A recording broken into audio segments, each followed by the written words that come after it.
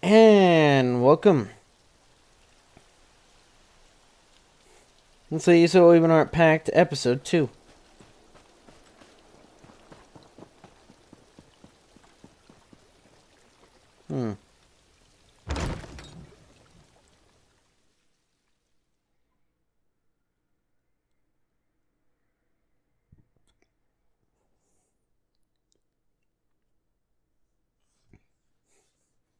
So I can live here.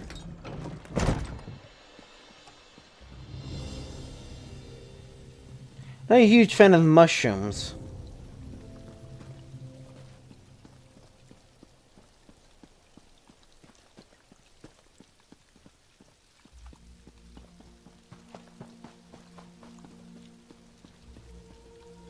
So a storehouse.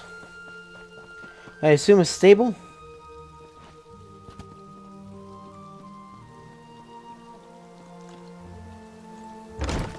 Here's the lodge itself.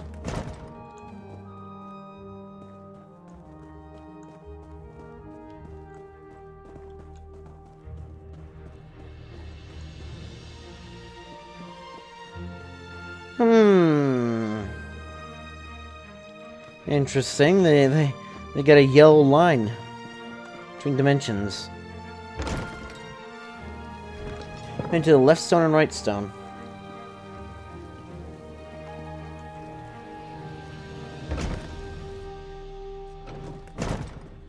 Looks like it'd be a nice place.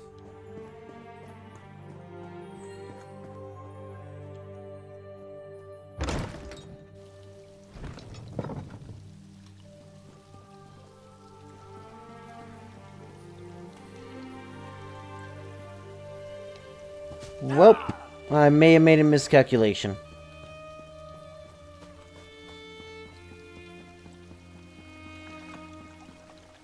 Oh, I live here now. Oh, purchase options.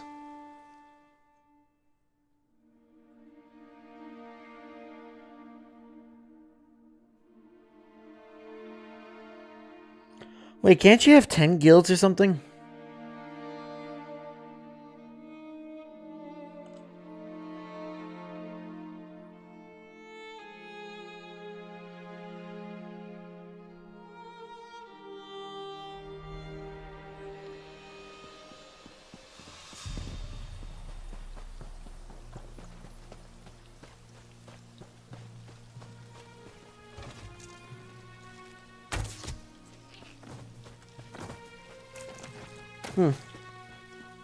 Hey, we gotta cook food somehow. Wait, aren't those like things that screech at you?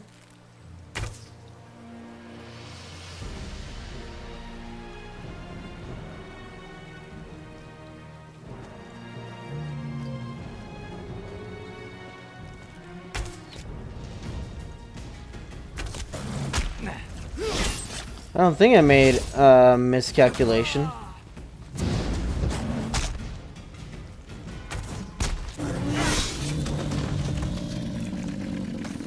Viridian dust.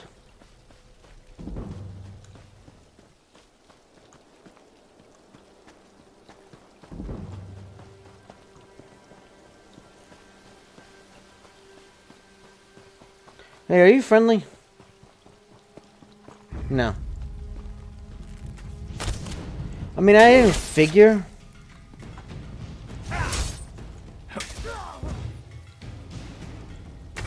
Yeah, that knocks him down. Oh, shoot.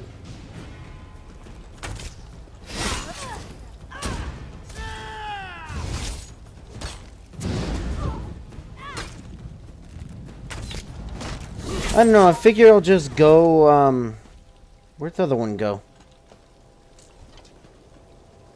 Thought I had to loot him. Evidently not. All they give me is insect parts.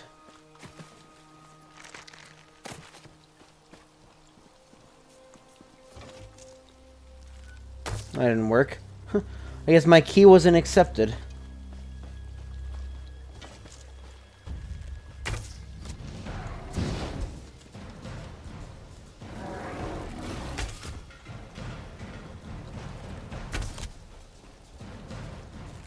What's that symbol? Guess it had a shield.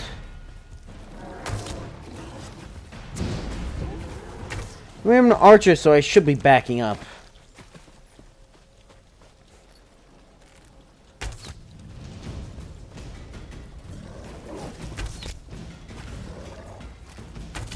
Seem a bit overpowered to anyone else?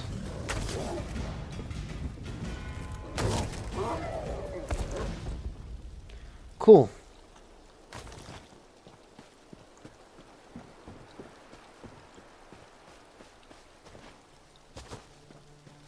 You know, each session I might change my weapon then. And my armor configuration as well.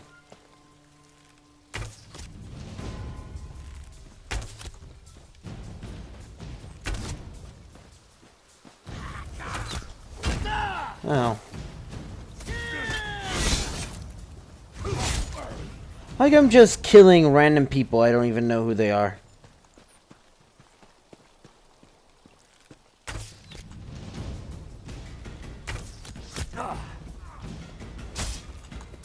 Should I do this? Maybe not.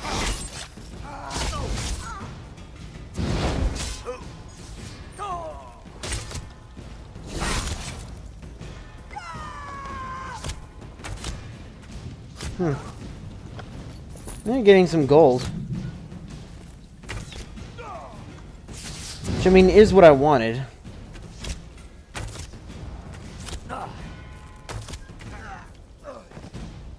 Strife. Oh, is that one of the things I have? So, are you telling me I can kill these dragonflies if I wish?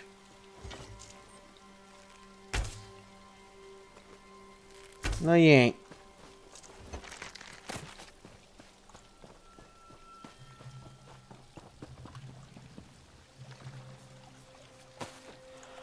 I mean, my character needs somewhere to live, right?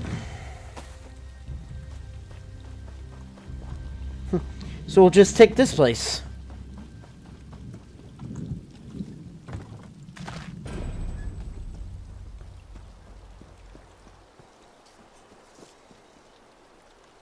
Should I be worried?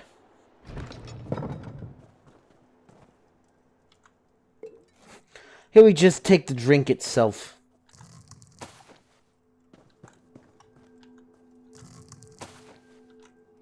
Hey, I can actually store infinite amounts of those. So I say, why not?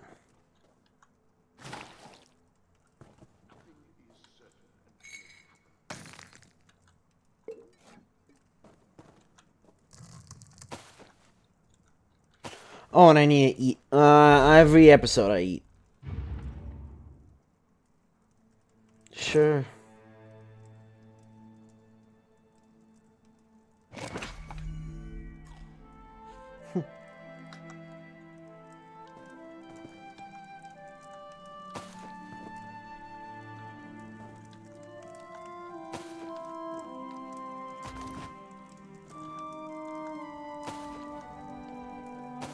Just take it all.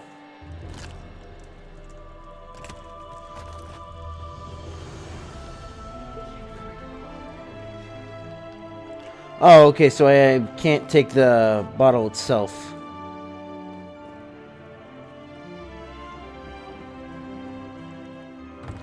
They're not gonna be happy when they come down here and find out all their food has been taken.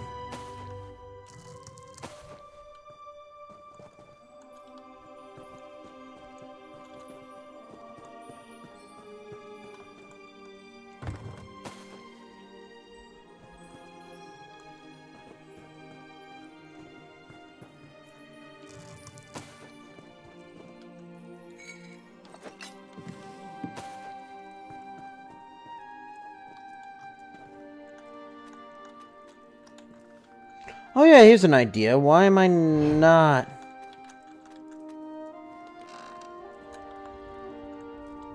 Look, I swear that drink is saying that it is takeable.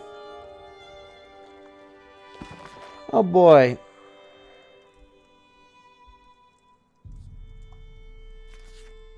Okay, I actually read that.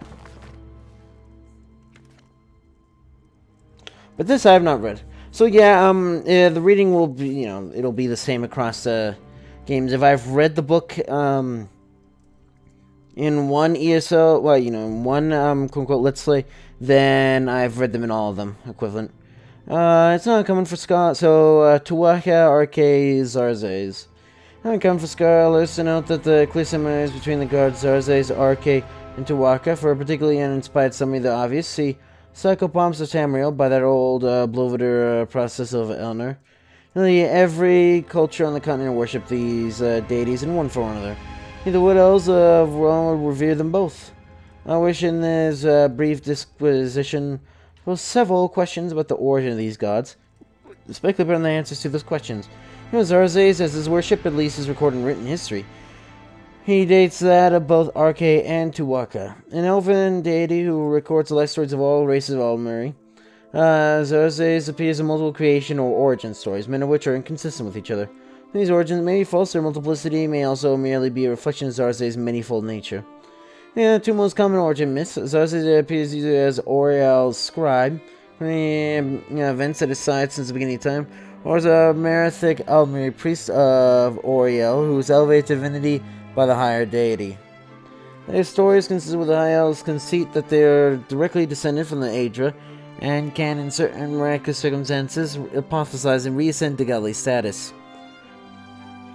In Altmer, Zarzes record not just the life and stories of individuals, but all the connection, the lineage, and inheritance that binds them together and links them to their ancestors. Nothing more important to an Altmer than his ancestry. It is easy to understand Zarzes' permanent role in defining and maintaining status and stability in Somerset society. Okay, of course, is one of the 8 divines that were present to the newly freed citizens of Cyrodiil by Saint Elysia at the founding of the First Empire. Though official dogma of the Church of the Eight holds that Lisa was merely revealing to her subject gods who had been watching over them all along, the research documenting arguments that survived from early in the First Era in a different story. Kose's Telmarillion tractates are well known, but I've also been really just studying Samdrath's Nedic oblations, then Nara's death song for King Darodil, the original manuscripts. Comparison of the latter two against each other made several proves the obscure passages in both, and the results clarification was impetus for this paper. To come to the point, I believe I may well have enough evidence to confirm Citadel's speculative theory of arcane convergence. My readers will doubtless be familiar with the Citadel's proposal that the arcade of the 8 divines is in origin, featuring aspects of the elven deity. Says with those of the primal Amaran death god Orke. Translation of the death song and its formerly understood plea for soul guidance. Passages to make it clear that the psychopomp being addressed possesses attributes to both the elven and Atmoran deities. And once the proper vowel shift is applied, what is the name of this god? Tuarka. Meaning this inevitably to the Yokudan deity Tuwaka. How long years were in worship in that name by the human tribes? Yokuda is now unknowable as all our race's records were lost in the cataclysm that sank the archipelago. What he is, even old Frastus said the wits to note, it cannot be a coincidence that Tuwaka performs the same functions for the Red Guards, Arcane Zarzes do for the Tamrielic men and Mer. Are these gods really separate and distinct deities, or are they all aspects of the same deity worshipped in different names in different cultures? The answer elsewhere for that is where scholarship ends and theology begins.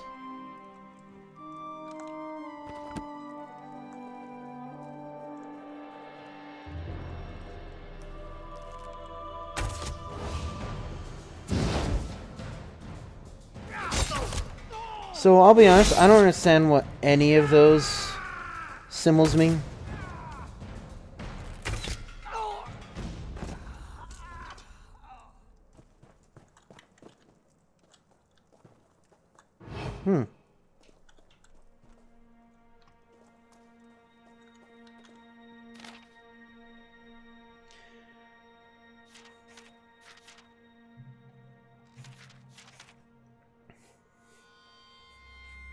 Counselor Eris Redoran, as you requested, I prepared this primer due to recent events involving the ancient guild of assassins known as the Murag Tong. to know everything available at the guild and its members in order to make informed decisions concerning how to respond to current activities aimed at our great house. The guild personifies the darker aspects of dumb real life, celebrating murder in the name of Mifala. Surprisingly, the group was here to curb violence and prevent the always contentious house politics of Moran from escalating to full-scale war. And such a war is yet to erupt. I suppose you could say that Morag Tongue has thus far been a successful experiment.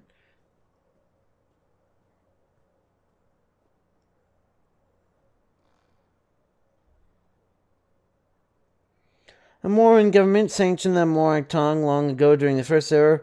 To this day, they continue to perform tactically legal assassinations using a system construct known as honorable writs of execution. Oh, so the person on the boat was actually one of these. Established laws, no matter the Morag Tongue can perform an execution without a writ being detailing the exact target and purpose of the sanctioned murder.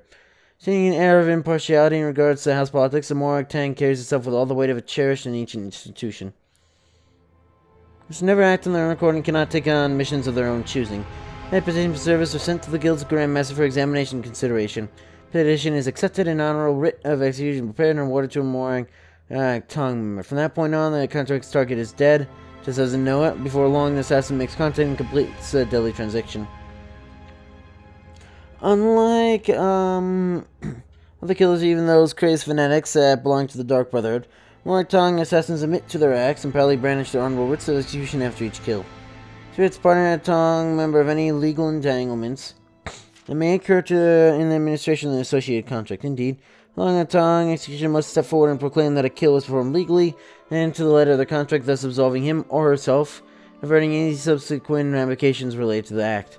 The claims provide no safe harbor for criminals, so any member does not comply comes under investigation and internal punishment. The origins of the Morag Tongue remain shrouded in legend and conjecture. Unable to ascertain for sure is that the group emerged during the playhouse conflicts, what? And rarely more when establishing the writ system and raising it running to prominence by the end of the First Age. The Guild reached the height of its power about 250 years ago, operating openly across Tamriel in reputation as unparalleled, reasonable, and honorable killers. Became too sure of itself, too confident in its position. From high-profile assassinations of monarchs and great lords from the Tamriel nobility, the Tongue retreated back to its holdings in Morrowind and from the public eye for more than a century. Today, the group maintains a subdued presence in Dark Elf lands, getting select contracts as they work to re-establish a reputation with the great houses. The organization of Morag Tongue hasn't changed much over the years. As it leads a guild, who then grants power to each guild hall's master to accept and assign writs. Note that individual members cannot accept a contract without approval, and the guild masters have proven over the years that they take great care when deciding to accept a contract. Possible avenue to explore should be conflict between the House of Veteran and the Morag Tongue escalate is the group's affiliation with Mephala, a prince of lies, deception, and murder. The organization is sanctioned in their heretical ways, mostly overlooked by the tribunal. Ordinators and Boyne armigers will deal with these heretics swiftly when they catch them in the act of committing murder. I leave that for you to decide. And our Dreadhouse Writer and Master of Records.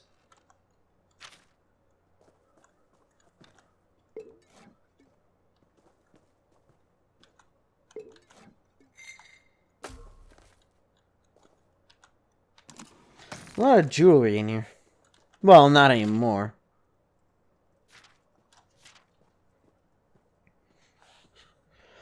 Chosen People of Almaris by Sea Lord Maleth of Pandanuia. You still believe that the Miramar race of Pandanuia diverged from the racial lines of Altmer? They were exiled from Somerset Isle as criminals. This is a great trace lie of the Altmer. Translation of tapestry in the Crystal Tower reveal that the great Miramar race is directly descended from the pure strains of Altmer ancestors. We certainly did not come from Somerset, being our ancestral homeland of Almaris. Themselves are a Mongol race. They're an abomination that drove our great leader, Orgnum, to lead our people through the impenetrable mystery haven of Pandanuia. For centuries, we have marshaled our forces in preparation for a triumphant return. Said it is ours by our right of birth as the one true Almer race. All trace of inferior Almer race in their Mongol blood must be wiped from the face of Tamriel. Come arise, Miramar. Take your place as rightful heirs to the Almer legacy.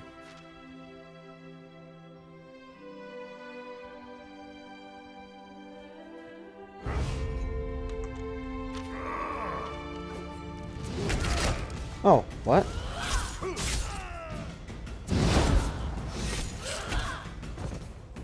Hi.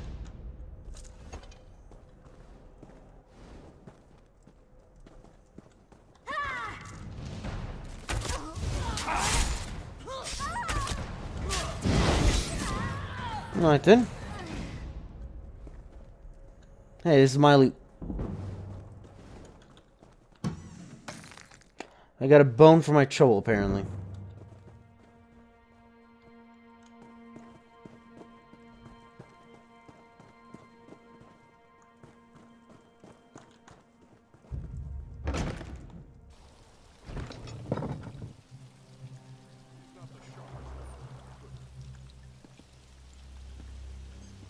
Did they come in from up here?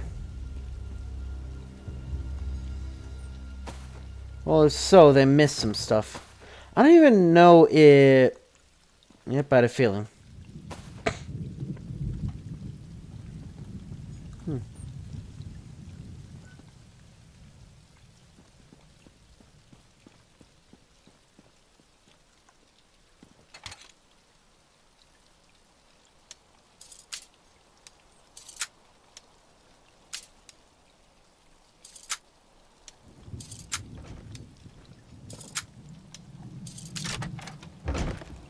Alright then.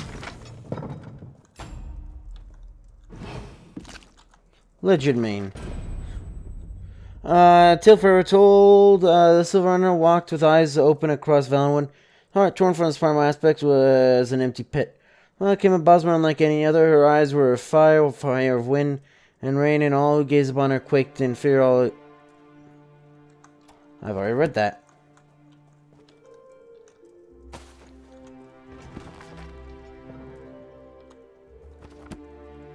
It's the thing, are they gonna end up taking everything?